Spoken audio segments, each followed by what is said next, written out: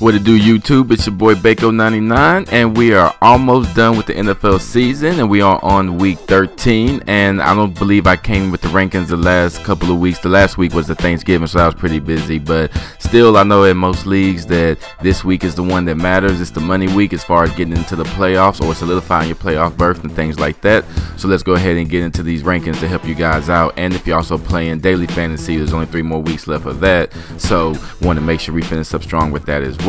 So let's kick it off with the quarterbacks, and in ranking number 1 we have Drew Brees. Brees is money at home, we all know that, but how money? He completes 72% of his passes, throws for 357 yards per game, and owns a 19-4 touchdown to interception ratio at the Superdome as well. The Lions give up 5th most fantasy points to quarterbacks all season. So with those numbers and stats and statistics looking us right in our face, Drew Brees is a no-brainer as a quarterback play for week 13. Next, we have Tom Brady, and I can't believe that Tom Brady is only projected at 5 to 6% ownership on daily fantasy from our guys at UF Collective. They have this little algorithm that kind of predict what the ownership levels might be, and they're usually spot on. So that's real surprising that Brady would be 5 to 6% owned. The Patriots still have one of the highest expected team totals of 27 this week, and despite being beat up, Brady is the best quarterback in the game today. Brady in cash game, ride it all the way home, my friends. Make sure to get Brady up in your cash game lineups if you're playing daily fantasy. And moving along to number 3 quarterback ranking is Russell Wilson. Wilson disappointed everybody last week, but he's back at home over a TD favorites against the beat-up Panthers defense. Carolina will be without their middle linebacker Luke Kuechly and their defensive end Mario Addison, and also the strong safety Kurt Coleman. Wilson is a great mid-range quarterback this week with tremendous upsides, being in fact all of the injuries that the Carolina Panthers are suffering on their defensive end. And then number 4 we have Colin Kaepernick. Okay, so here's the deal with Kaepernick. Kaepernick grades out decently in the playbook model this week on Fantasy Alarm, but this is the lowest grade he's had since the first week he started against Buffalo. I really don't love Kaepernick this week and probably won't have him in much of my lineups, but if it's in seasonal and you have to roll out with him, he could, do something for you, but I'm just not as confident in this week's matchup as I have been with Colin Kaepernick in the past. And then number 5 we have Matt Ryan going against the Chiefs. And then ranked number 7 we have Ben Roethlisberger going against the Giants. We got Matthew Stafford and Tyrod Taylor. After Matthew Stafford coming in the rankings, they're going against the Raiders. And I love the cheap option with Tyrod Taylor and against the known good offense in Oakland. Tyrod provides a good base of points because of his running ability, and there'll be some big plays to be had because the Raiders are going to put up points, but they're also going to give up points. And if the Raiders get out and start putting up points on the board, that's going to force Tyrod Taylor and the Bills to start having to put up some more points as well. So I love those type of situations. So Tyrod Taylor's a good value play this week for fantasy. And then wrapping up, we have Phillip Rivers. And then last on the rankings, we have Eli Manning. And I'm starting Eli Manning in one of my leagues, and I need this week for the playoffs, and I hate myself for introducing Eli here this week, but it had to be done. Now, I would say that this spot is actually a dead clock tie between Eli Manning and Phillip Rivers as far as who I would choose. I am posting Eli for those of you who want to play in the GPP tournaments, but Phillip Rivers would be the better cash game. Eli value really comes down to whether or not you believe in Ben Roethlisberger and company can do their usual point generating at home against a very good Giants defense, because if they can put up some points, then the Giants are going to put up some points or be pressured to put up some more points. So because of that, Eli could be a sneaky play for you, so he made the rankings this week for quarterbacks on week 13. All right, moving right along to the running backs, and number 1 we have David Johnson, and he's been a frequent visitor of the number 1 ranking in running backs, and for very good reason. And for me, it's the easiest play of the entire week. If I need to provide a long-winded explanation of why to play David Johnson, I think we both in trouble. I prefer David Johnson to any other high-priced running back this week in daily fantasy for sure. And then number 2 we have Jordan Howard. Howard is projected as the 3rd highest owned running back this week in daily fantasy for very good reason as well. Howard has been a breath of fresh air in an otherwise bad situation in Chicago this year. The 49ers are by far the worst defense against the run this year and ranked dead last in rushing yards per game, per carry, and fantasy points against. And then number 3, we have LeSean McCoy. Boy, Shady's in a terrific spot this week and is really, the only healthy weapon for the Bills offense. He's a cheaper than the other elite running backs this week and provides a very similar upside to each of them as well. The Raiders give up the 3rd highest yards per carry this season and the 7th most yards per game. So McCoy is a strong play. Next, we have Jeremy Hill. We need price relief somewhere this week when we're building our lineups, and especially in DraftKings, and a healthy Jeremy Hill could be of service. The way to beat the Eagles defense is on the ground, where they give up 4.3 yards per carry to running backs this year. Hill was targeted 6 times and caught all 6 passes a week ago, which is an element that he has not really had since Bernard was there. Actually, usually Bernard's the one catching passes, but last week Ware got a lot of action. Jeremy Hill got a lot of action in the passing game, so that bodes well for fantasy as well. And then ranked number 5, we have Le'Veon Bell. Of course, I love Bell this week, as I do many weeks, and I'm pretty sure all of you guys like Le'Veon Bell many weeks. I would only play him in DraftKings this week and take advantage of the full point PPR scoring format where he is most valuable. But we all know in season along fantasy, he's a must play if you have him. And then next we have Spencer Ware, and yes, I'm back on the Ware train this week, as I just cannot ignore a super high grade for him here. The Falcons give up the 3rd most fantasy points to running backs this season because they only give up a ton of receptions. They are surrendering 8 catches per game to running backs, and that provides a fantastic fantasy floor for Ware's fantasy return this week. Atlanta also gives up 4.2 yards per carry on the ground as well, which helps the cause here for it to continue and a discounted out Spencer Ware this week in daily fantasy. So definitely he could be a sleeper pay this week. And then next we have Kenneth Dixon. Dixon should continue to gobble up a large share of the Ravens' backfield this week and is in a great spot. The Dolphins give up the 4th most yards per carry and the 3rd most rushing yards per game this season. So Kenneth Dixon is a very good sneaky play, especially in seasonal long if you have him on your roster. Next we have Devontae Freeman going against the Chiefs, and Freeman's really been running the ball lately, kind of that 50-50 split with Tevin Coleman, and a lot of do because of Coleman's injury has kind of gone away, where Freeman's receiving maybe about 65-70% of the touches now, and he's making some good use of it. So he's definitely in the rankings this week. And then to wrap it up, we have Theo Riddick. And I'll say something, if the Saints offense does what they normally do and score points, Riddick will see a ton of check downs as the Lions play from behind. Riddick on a fast track to New Orleans is very interesting, as he can break and a big one out there through the air. So because of the Saints and their high scoring offense, the Lions very well could be behind or at least chasing, which will have Riddick in the game, a lot more than the past couple of weeks. So he's a strong play. And then to wrap it up, we have Melvin Gordon going against the Buccaneers for the running back rankings of week 13.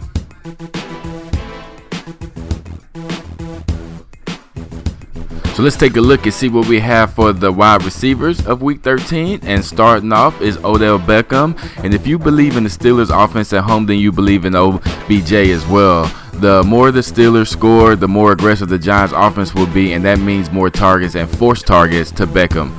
OBJ will see a lot of Artie Burns, I believe his name is, who is one of the worst corners in the league. So it could be a really huge week for Odell Beckham. And then number 2, we have Tyrell Williams. Williams has a partially torn labrum in the shoulder, which could have knocked him out for the rest of the season, but he is going to play through it, which is great for the Chargers and fantasy owners this week. Williams has averaged 17.8 FanDuel points over the past 3 games, and 14.6 are becoming regular points for him. His matchup against the rookie cornerback, Vernon Hargreaves, is one of the best wide receiver cornerback matchups they will have this week. So he's coming in real high at number 2 on the rankings. And then third, we have Julio Jones. Julio is a tick cheaper than Antonio Brown and Beckham this week in daily fantasy.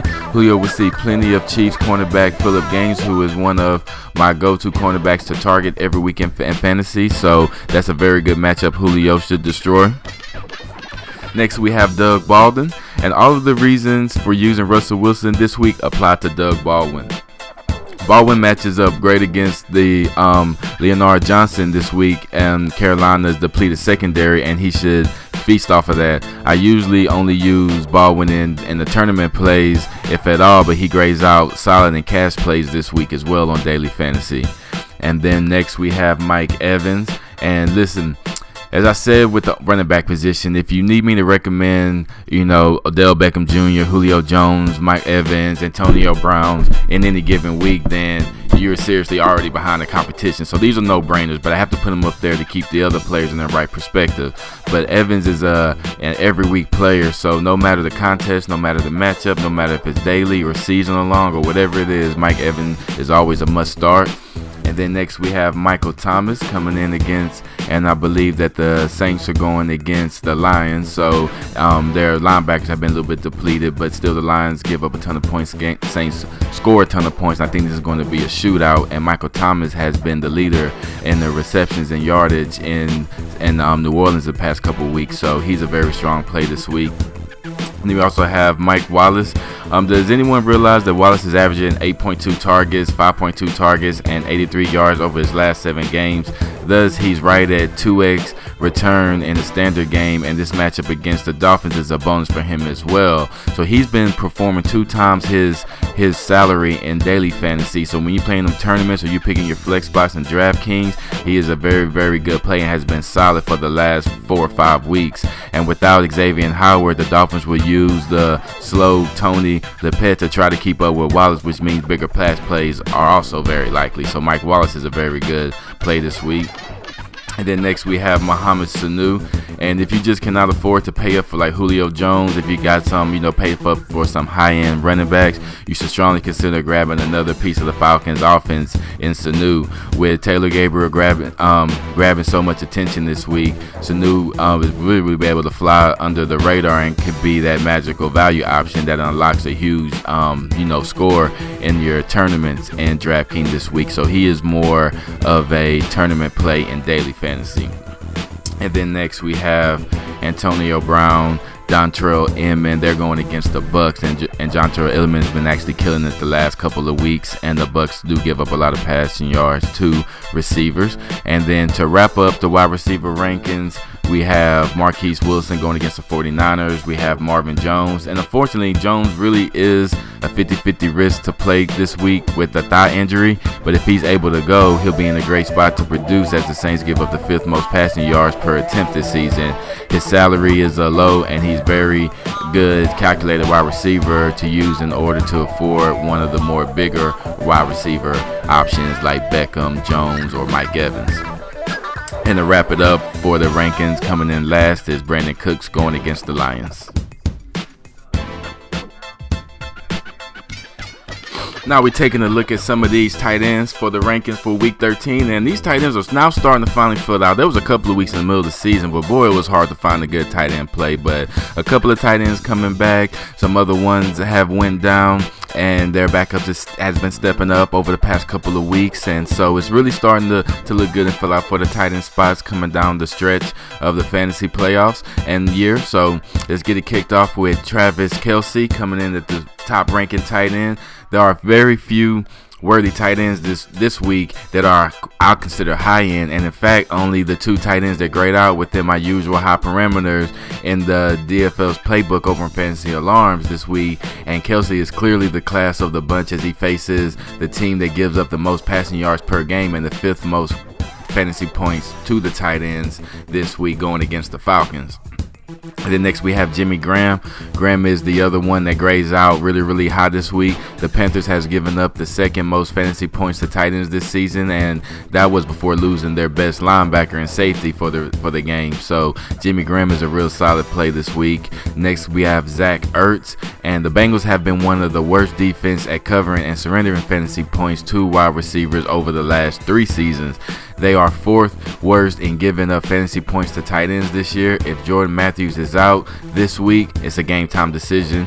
Ertz gets an even greater bump in value going into the matchup against the Bengals. And number 4, we have Eric Ebron. If you're trying to be different at the tight end position in daily fantasy, consider Ebron against the Saints. The Saints give up a ton of passing yards, as we already mentioned, and nobody to physically match up with Ebron this week. If Marvin Jones is out, then I especially would feed and the Ebron more targets and get the ball in his hands more, and I think that's what the Lions will try to do as well. And coming in number 5 on the ranking is Vernon Davis. And it's not a great matchup, but an ultra cheap tight end in daily fantasy who is getting a huge addition of snaps this week in an offense that loves throwing to the tight end position. Davis put up real good numbers in place of Jordan Reed earlier this season and has actually continued to post quality numbers upon Reed's return as he does each week. So if Reed is out, that he's also questionable game time decision, but if he is out, and actually I take that back, I think he actually is out. He is out this week, so Vernon Davis definitely is a very strong play this week going against the Cardinals. And then next after that we have Ladarius Green. Green continues to get more snaps every week and is healthy now, as he is going to be for the rest of the season. Teams are throwing to their tight ends against the Giants lately ever since they got their secondary all healthy again. The middle of the field is where to attack, and Green is such a low price that he affords you to pay up for players like David Johnson, Julio Jones, and Beckham this week in daily fantasy. So Ladarius Green is a very strong play. And then to wrap up some nice plays this week, we have Martellus Bennett against the Rams because we know Gronk is out. We have Tyler Eifert against the Eagles, Antonio Gates against the Buccaneers, and Kobe Fleener against the Lions to wrap it up.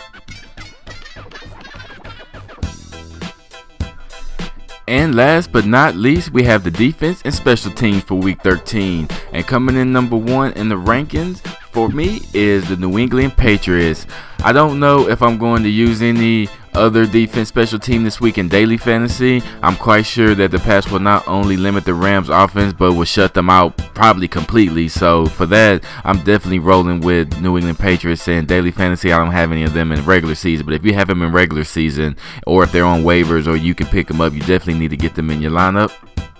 And then after that, we have the Denver Broncos, and this Denver-Jacksonville game is going to be a train wreck, so why not pay up for one of the better defenses in the league? The Jaguars will be without so many skill position players, including Chris Ivory, Allen Hurns, and Julian Thomas, and TJ Yeldon will be limited if he plays at all. So you got to get some of that action as well. And then coming in number 3 in the rankings is Green Bay Packers. It is supposed to snow in Green Bay on Sunday, I believe. The Packers defense has not been good this year, but the cold weather and precipitation can make an already turnover prone Brock Osweiler even more so. So because of the weather, they can actually be a good play. And if you want to roll the dice and be contrarian, have a little sleeper play, I'd go with the Green Bay Packers going against the Texans this week. And then 4th, we have the Philadelphia Eagles. The Eagles defense is a good squad that just ran into a bust all last week against the Packers. The Eagles are cheap and facing the Bengals team without a couple of their best offensive weapons as well, so they're a nice play. And we have the Washington Redskins going against the Cardinals. We have Jacksonville going against the Broncos high in the rankings, and why not? The Jags are the lowest priced defense in daily fantasy this week. The Jacksonville Jaguars have quite a few playmakers on the defensive side of the ball and have actually given up the 6th fewest yards this season. The Broncos are starting rookie quarterback Paxton Lynch as well, which makes this matchup even more interesting for the Jags defense and special teams. So that's another good sneaky play in daily fantasy. But if you have them in season, I definitely wouldn't be afraid to play them this week as well. And to wrap up the rankings for week 13, defense and special teams, we have the Miami Dolphins going against the Ravens. The Ravens, going against the Dolphins, but I think the Dolphins are going to come out better defensively in that matchup. And then we have Seattle Seahawks going against the Panthers, and Arizona Cardinals going against the Redskins. So I hope this helped you out, guys. Sorry I missed the last week, but this is a real clutch week for most of us, so I try to do my best to get it to you. And I know it's a little later than normally, but if you check Facebook or if you have my YouTube videos where they give you a notification when I post it, then you'll get this in time and you can make your last revision. So good luck to everyone and be easy. Peace.